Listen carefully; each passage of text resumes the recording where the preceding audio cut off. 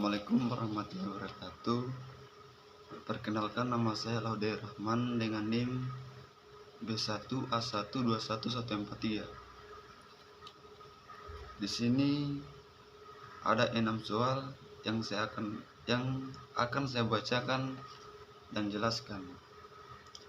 Soal pertama, asumsi dasar model Mundell-Fleming.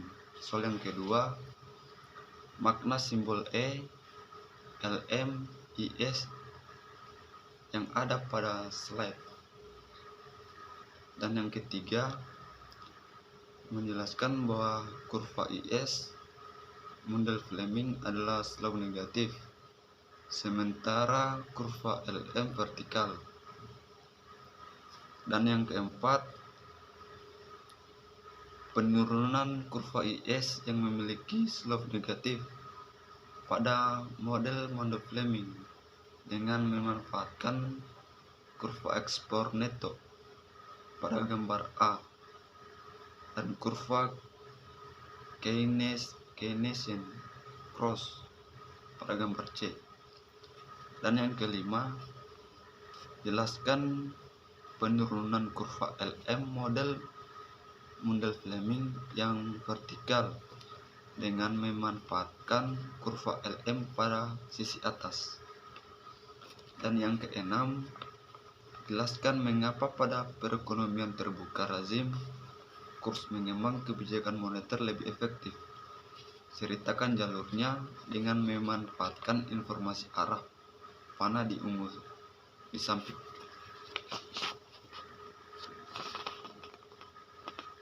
Dan saya akan menjawab soal yang pertama, yaitu asumsi dasar model Mundell-Fleming. Dalam model Mundell-Fleming diasumsikan bahwa perekonomian terbuka kecil dengan mobilitas modal sempurna. Artinya perekonomian bisa menunjang atau meminjamkan sebanyak yang ia inginkan di pasar keuangan dunia, sehingga tingkat bunga perekonomian ditentukan oleh tingkat bunga dunia.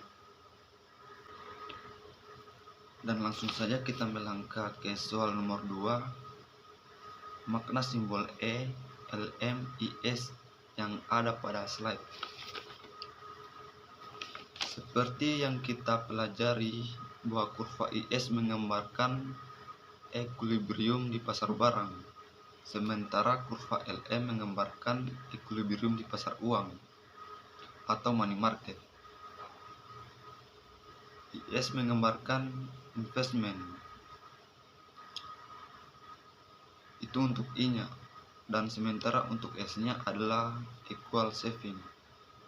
Dan untuk LM-nya menggambarkan money demand, I-nya dan M-nya itu menggambarkan equals money supply. Dan sementara E-nya adalah nominal change rate atau kurs nominal. Dan soal nomor 3, jelaskan bahwa kurva IS Mundell-Fleming adalah selalu negatif, sementara kurva LM adalah vertikal.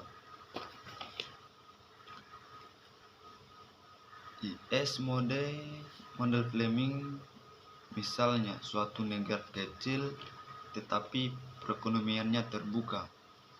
Kalau terbuka berarti lalu lintas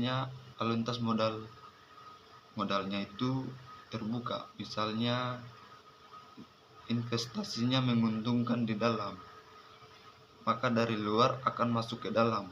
Kalau investasinya menguntungkan di luar, maka akan terjadi capital outflow. Itulah model Mundell-Fleming. Sedangkan perekonomian tertutup, IS dilihatnya hubungan Y dengan nilai tukar, bukan dengan suku bunga. Kurva LM memang sama dengan perekonomian tertutup. Suku bunga domestik sama dengan suku bunga dunia. Jika suku bunga domestik lebih tinggi dari suku bunga dunia, akan terjadi capital outflow. Yang pertama. Tingkat harga tetap ditentukan secara oksogen karena model digunakan untuk proporsional dengan kurs real. Yang kedua, money supply ditentukan secara oksogen oleh bank sentral. Dan yang ketiga, kurva LM vertikal karena kurs E tidak masuk dalam persamaan LM. Mengapa dikatakan tidak masuk? Karena tidak ada kurs atau nilai tukar, berarti tidak tergantung pada nilai tukar nominal. Dan soal yang keempat, derivasi atau penurunan kurva IS yang memiliki slope negatif pada model Fleming dengan memanfaatkan kurva ekspor neto pada gambar A dan kurva Keynesian cross pada gambar C.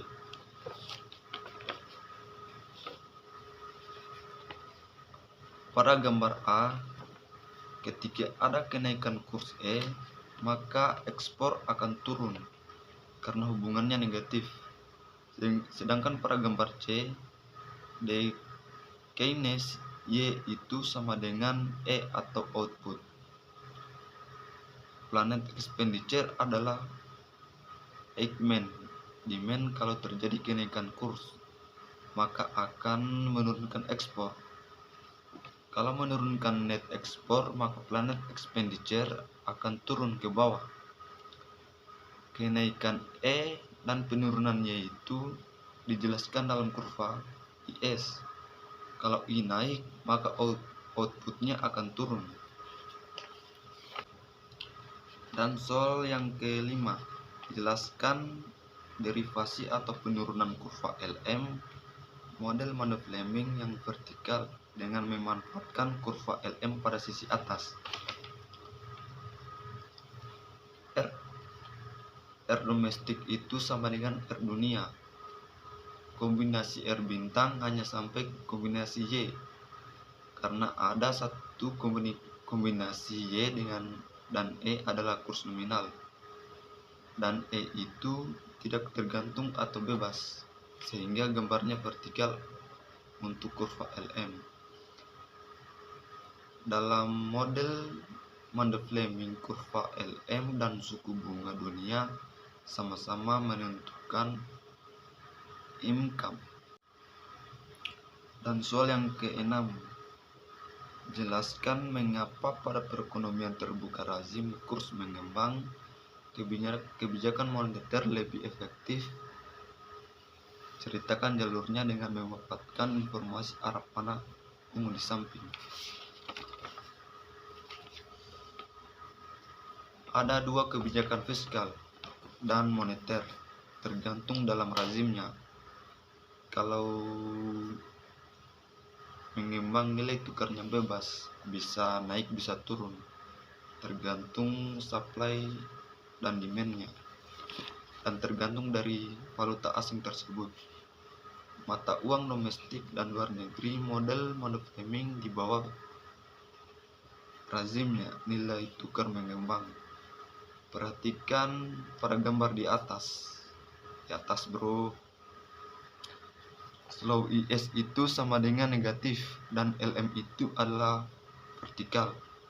Misalnya, belanjaan pemerintah naik, maka IS-nya itu akan bergeser ke kanan. Kalau naik, maka Y akan ikut naik. Perhatikan arah anak panah warna ungu. Kalau Y naik, maka mendorong suku bunga naik.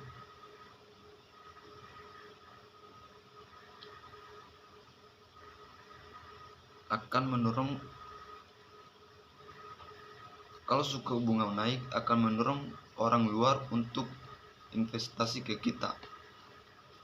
Nah, kalau capital outflow akan terjadi apresiasi.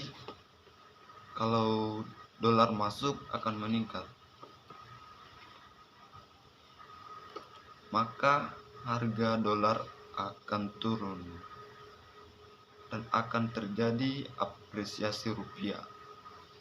Kalau apresiasi rupiah akan mendorong net ekspor, itu akan turun sehingga tidak mempengaruhi atau tidak efektif. Nah, sementara kebijakan moneter di samping ini, LM itu akan bergeser ke kanan, maka akan mendorong output naik dan akan terjadi depresiasi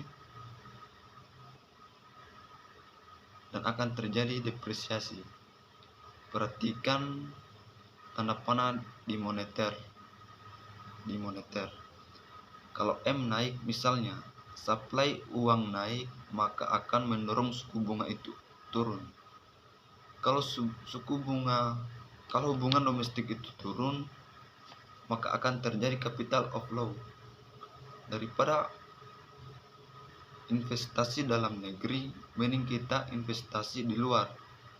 Nanti R-nya akan kembali lagi, dan R itu akan berubah menjadi R bintang kembali.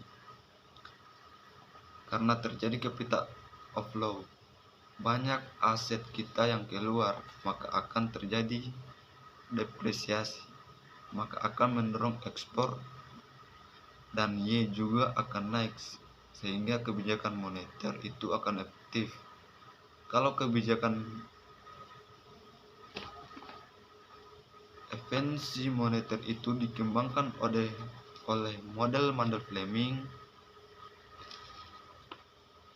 Kalau kebijakan FNC moneter itu dikembangkan oleh model Fleming. Dan itulah mengapa kebijakan perekonomian terbuka lazim terus mengembang itu, kebijakannya moneternya itu lebih efektif daripada kebijakan fiskal. Itulah penjelasan mengenai perekonomian terbuka model Fleming. Saya ucapkan terima kasih. Sekian. Assalamualaikum warahmatullahi wabarakatuh.